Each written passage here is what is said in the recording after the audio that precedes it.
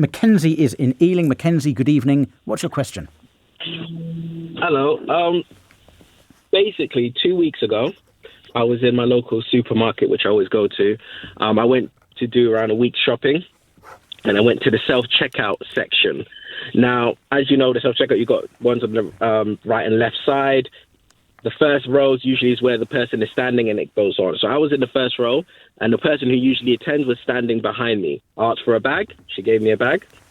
I packed up all my stuff in the bag, filled it right to the brim. She turned around and goes, "Oh, did you pay for the bag?" And I said, "Oh, I assumed I did. I thought I scanned it." She just checked. She goes, "Oh, no, you haven't paid for the bag." I said, "That's fine. Scan it now and I'll pay for it. It's 10p. She goes, "Right, well, I'm going to take every single item out of your bag and tick it off against the receipt to make sure that you've paid for everything there." And I said, "Well, of course I paid for it. You're standing behind me. I've just paid it.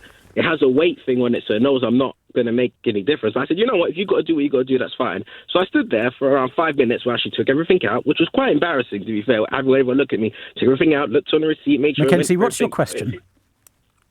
Long story short is, when I got to the end of it and I asked to speak to our manager, I said, "Why did you do that?" And they go, "Oh, it's a new routine that we've got in. She's new. It's a new routine. We're spot checking it, random people just to make sure that they got." And I said, "Well, I've been standing here for 20 minutes waiting for you, and you haven't spot checked anyone else other than me." Mackenzie, what's your question? Basically, because I wanted to know, because I'm black, do I have something I can go? Can I take it further, saying that I was discriminated against for that reason, basically? Because I've always been, and that's never happened to me. Okay, so you think the reason that you were targeted for them double checking what was in your shopping basket, your shopping bag, was because you were black, rather than because you hadn't paid for the bag and they just wanted to check there was nothing else you hadn't paid for? Correct. Okay. Why do you think that? What makes you think it was because... I'm not saying it wasn't because of race, but what makes you think that?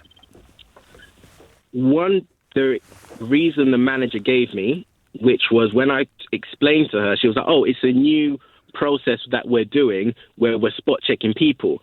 I've been shopping for years. I've never been spot checked before. I've never heard of that process before. She's like, "Oh, the person is new. Don't worry, I will speak to her and it'll never happen again." But I'm like, that doesn't help. And I said, "How come no one else has been stopped?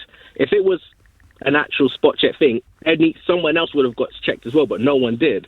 So that's why I was just like, what other reason would you have to stop me other than that? Yep. So I want to know, do I have a case to go for, or is it something that I should just let it go and just... Okay, I think you do have a case here. I'm not sure it's worth a huge amount of money, Mackenzie, but you have a case because if somebody is treated in a way which is distressing or upsetting because of their race, that's called harassment. It is unlawful under the Equality Act, and it doesn't just apply to jobs, which is where you normally see claims for racial harassment, but it does also include harassment done by organisations that are selling goods or providing a service, and that includes supermarkets. So what would happen if you brought a claim here would be, you would say, I was subjected to this semi-search. Nobody else was. The only difference between me and the other people was I'm black and they're white. Would you please, and this case is in front of a county court judge, not an employment tribunal, would you please, county court judge, infer from that it was in some way connected to my race, that they were more likely to target me because I am black? Now, the supermarket's response is we weren't targeting Mackenzie because he's black. We were targeting Mackenzie because he had mistakenly not paid for his shopping bag, and we wanted to check he hadn't mistakenly failed to pay for any other items.